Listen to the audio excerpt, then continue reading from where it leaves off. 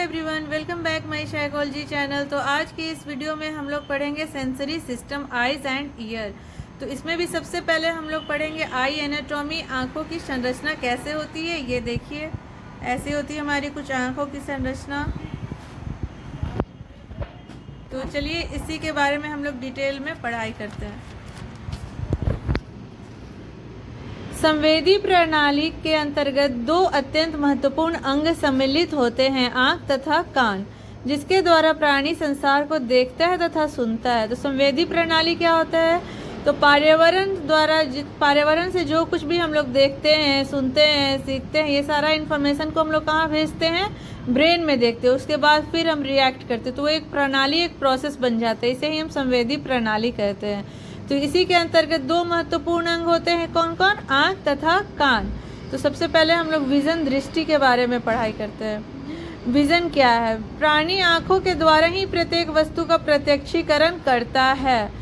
आँख में तीन परत होते हैं, श्वेत पटल, रंजित पटल और दृष्टि पटल। श्वेत पटल को स्क्लेरोटिक स्क्लेरा कहते हैं, रंजित पटल को कोराइड कोट कहते हैं तथा दृष्टि पटल को रेटिना कहते हैं। चलिए हम स्ट्रक्चर में देखते हैं। तो ये जो आई है, इसका जो सबसे बाहरी पार्ट है, इसे हम लोग क्या कहेंगे? स्क्लेरोटिक कहेंगे। फिर इसका जो बीच वाला जो भाग है, इसको क्या कहेंगे? क्लोराइड कहेंगे। और जो सबसे अंतिम वाला पार्ट है, उसको क्या कहेंगे? जो सबसे लास्ट वाला लेयर, इसको रेटिना कहेंगे। बाहर वाला को स्क्लेरोटिक, बीच वाला को क्लोराइड और अंतिम वाला को रेटिना। सबसे ऊपरी परत श्वेत पटल होती है, जो नेत्र गोलक की रक्षा करती है। जो श्वेत पटल होती है, ये जो स्क्लेरोटिक होती है, किसकी रक्षा करती है? जो इन अंदर में आईबॉल है, उसकी ये रक्षा करती है। यह अपारदर्शी होता है, परंतु आगे की ओर उभरा हुआ पारदर्शक होता है, जिसे कॉर्निया कहते हैं।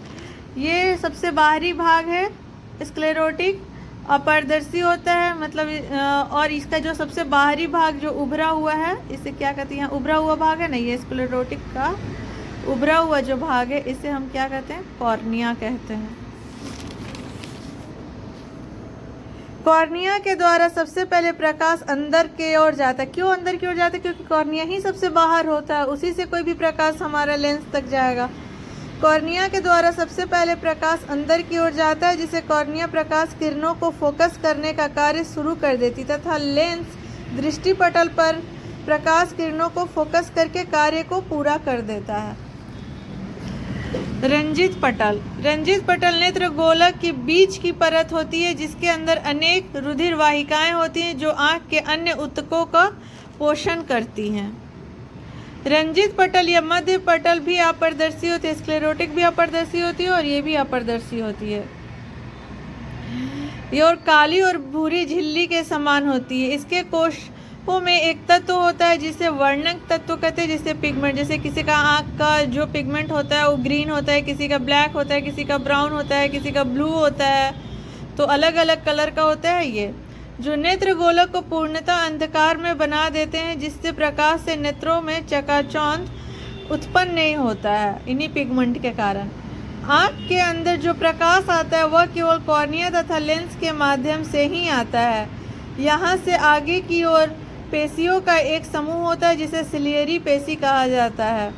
आइरिस के मध्य में एक छोटा सा छिद्र होता है, जिसे प्यूपिल कहा जाता है। देखते हैं इसको फिगर से।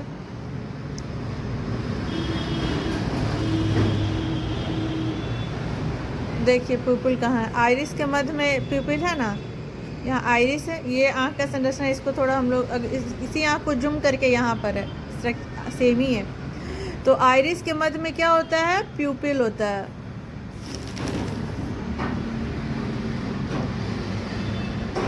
आँख के अंदर जो प्रकाश आता है, वह केवल कॉर्निया तथा लेंस के माध्यम से ही आता है। यहाँ से आगे की ओर पेशियों का एक समूह होता है, जिसे सिलियरी पेशी कहते हैं, जैसा पहले बताए थे। आइरिस के मध्य में एक छोटा सा छिद्र होता है, जिसे प्यूपिल कहते हैं, जो भी दिखाएं। पुतली अब प्रकाश की मात्रा को नियंत्रित करती है। आइरिस के पेशी तंतुओं द्वारा पुतली का आकार घटता और बढ़ता रहता है। दूरी की वस्तुओं को देखते समय लेंस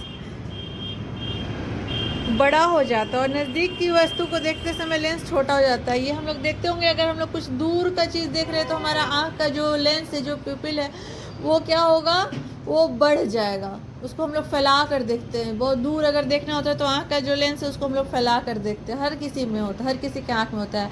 और आँख का अगर यही चीज़ हम किसी छोटे वस्तु को मतलब नज़दीक का वस्तु को देखते हैं तो हमें छोटा करके देखते हैं, मतलब लेंस को हम लोग छोटा करके देखते हैं। कॉर्निया तथा लेंस के मध्य जो रिक्त स्थान होता है उसमें एक प्रकार का तरल पदार्थ भरा होता है जिसे एक्वियस ह्यूमर कहा जाता है। और लेंस के भीतर आँख में जो गुहा होता है उसे विट्रियस ह्यूमर कहा जाता है। अभी हम लोग ये स्ट्रक्चर में देखेंगे कहाँ होता है एक्वियस ह्यूमर, कहाँ होता है विट्रियस ह्यूमर। देखिए एक्वियस ह्यूमर कहाँ होता है, यहाँ पे जो आँख का जो बाहरी परत है इसमें एक्वियस ह्यूमर होता है। और विट्रियस ह्यूमर एकदम आँख के एकदम अंदर होता है, जो तरल पदार्थ भरा हुआ है इस सब के अंदर, वो हुआ विट्रियस ह्यूमर। और एक्वियस ह्यूमर बाहर की ओर होता है।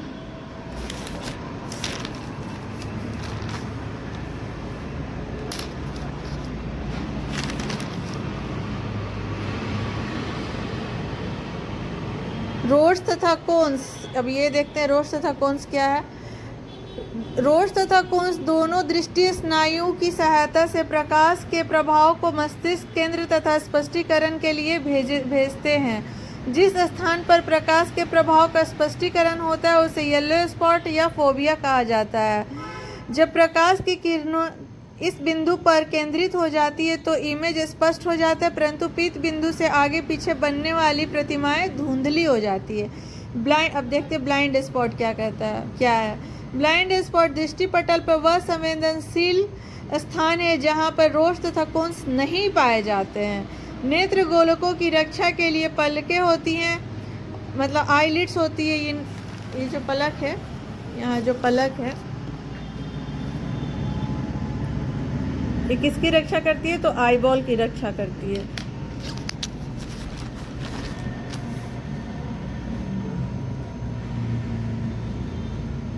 नेत्र गोलक की रक्षा कौन करता है, तो पलकें करती हैं। आँख नहीं तो पलक नहीं रहेगा तो आँख में कोई भी गंदगी पहुंच जाएगी, कोई भी लाइट, कोई भी रेडिएशन पहुंच जाएगा। और जैसे ही कुछ आँख में लहर जलन आएगा तो रेडिएशन आएगा तो आँख में जलन आने लगेगा, तो पलक अपने आप अंदर की ओर बंद हो जाएगा। आँखों की दोनों पलकों में अश्रु ग्रंथियाँ पाई जाती है। अगर कुछ आँख में गंदगी की पड़ गया कुछ तो क्या होता है, पलकें गिर जाएंगी और आँख से क्या आने लगेगा, आंसू आने लगेगा। और वही उस आँख को सुरक्षा देता है, गंदगी आंसू से निकल जाएगा बाहर। अभी हम लोग पढ़ेंगे दृष्टि समस्याएं। नेत्रों से संबंधित अनेक प्रकार की समस्याएं होती हैं। इन समस्याओं को हम दो भागों में विभक्त कर सकते हैं, आंतरिक समस्याएं और बाह्य समस्याएं। आंतरिक समस्याएं कैसे कहते हैं, इसके अंतर्गत दूर दृष्टि दोष जैसे निकट दोष, ऐंची आँख तथा अक्षम दृष्टि दोष कुछ ऐसे रोग हैं जो आते हैं। तो दूर दृष्टि दोष हम देखते हैं क्या होता है। दूर दृष्टि रोग का प्रमुख कारक नेत्र गोलक का अत्यधिक छोटा तथा चपटा होना होता है। जब अत्यधिक छोटा और चपटा हो जाएगा जो आईबॉल है तो ये दूर दृष्टि दोष हो जाएगा। इसमें वस्तु का प्रतिबिंब रेटिना पर पूर्ण रूप से स्पष्ट नहीं बनता है। दूर रखी वस्तुओं से जो किरणें आती हैं वह रेटिना के पीछे केंद्रित हो जाती हैं, जिससे रेटिना पर बना प्रतिबिंब धुंधला बनता है। इस दृष्टि दोष को दूर करने के लिए कॉन्वेक्स लेंस का उपयोग किया जाता है। 3 लेंस होता है ना, कॉन्वेक्स लेंस, कंपाउंड लेंस और कॉन्केव लेंस। तो इसके लिए हम लोग कॉन्वेक्स लेंस का यूज़ करते हैं।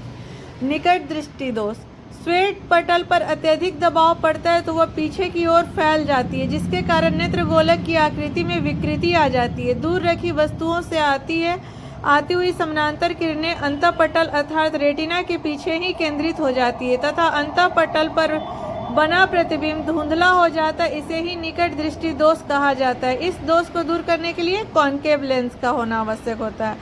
ऐंची या आँख, जब आँख की या बाह्य चेष्टा संबंधित मांसपेशियां शिथिल पड़ जाती तथा मस्तिष्क का नियंत्रण दृष्टि तंत्र पर नहीं रहता है तब यह रोग हो जाता है। इस रोग में रोगी अपनी दोनों आँखों को एक और नहीं देख पाता। इसमें एक आँख का प्रयोग दूसरी आँख की अपेक्षा अत्यधिक होती है।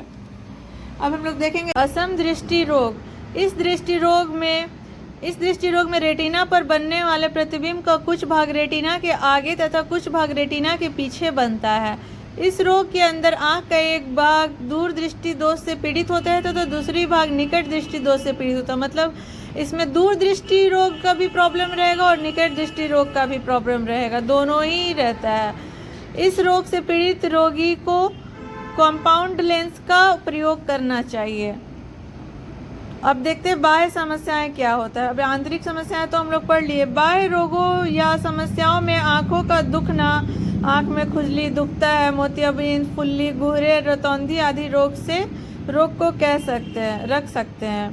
तो रतौंधी जो रोग होता है उसमें रतौंधी में क्या होता है, शाम होते ही हमें कुछ नज़र नहीं आता है, दिखाई देना कम हो जाता है, फिर धीरे धीरे होते बंद हो जाता है। इस रतौंधी से पीड़ित व्यक्ति जितना भी काम होता है अपना शाम होने से पहले ही चल लेता है, और फिर ड्राइविंग भी नहीं कर पाता। शाम होते उसका नज़र दोष शुरू हो जाता है, और फिर वो अपना जो दैनिक चर्या है वो सिर्फ शाम से जो सूर्य का जितना देर तक प्रकाश रहेगा उतना ही देर तक वो अपना काम करता है। शाम होने से के बाद वो कोई अपना कार्य नहीं कर सकता। तो रतौंधी एक बहुत ही खतरनाक बीमारी है। कलर ब्लाइंडनेस, सामान्य आँख वाले व्यक्ति सामान्य रंगों के तीन प्रकार होते हैं ना, प्रकाश, तिमिर, लाल, हरा, पीला, नीला, ये सब जो से पूरक का जो रंग बनता है ये सबको लोग सामान्य आँख वाला व्यक्ति देख सकता है। लेकिन वर्ण अंधता एक ऐसा रोग है जिसके कारण व्यक्ति दो या दो से ज़्यादा रंगों में भेद ही नहीं कर पाएगा, कि सारा रंग नहीं देख पाता, दो या दो से ज़्यादा रंग में भेद नहीं कर पाता है वो। वर्ण अंधता भी कई प्रकार की होती है, जैसे अवर्णता तथा पूर्ण अंधता, जिसमें व्यक्ति पहला जो अवर्णता हुआ उसमें प्रत्येक व्यक्ति को काले या सफ़ेद रंग में ही प्रत्येक वस्तु को देख पाते हैं। दूसरा रंग उसको समझ ही में नहीं आएगा। कोई भी पिक्चर देखेगा, कोई भी रोड पे या कहीं भी कुछ देखेगा तो उसको दो ही रंग को स्पष्ट कर पाएगा अपने आँख से, सिर्फ काला और सफ़ेद, बाकी कोई रंग उसको नज़र नहीं आएगा। द्विवर्णता, जिसमें व्यक्ति मात्र पीले तथा नीले रंग को ही देख पाता है, और फिर इसमें और भी कोई दूसरा रंग नहीं देख पाएगा। रोगी इस रोग से जो पीड़ित रहेगा सिर्फ कौन सा रंग देखेगा, तो नीला और पीला। अंश वर्ण अंधता, इसमें व्यक्ति प्रायः नीले रंग को नहीं देख पाता है। और कहीं कहीं ऐसा भी देखा गया है कि जो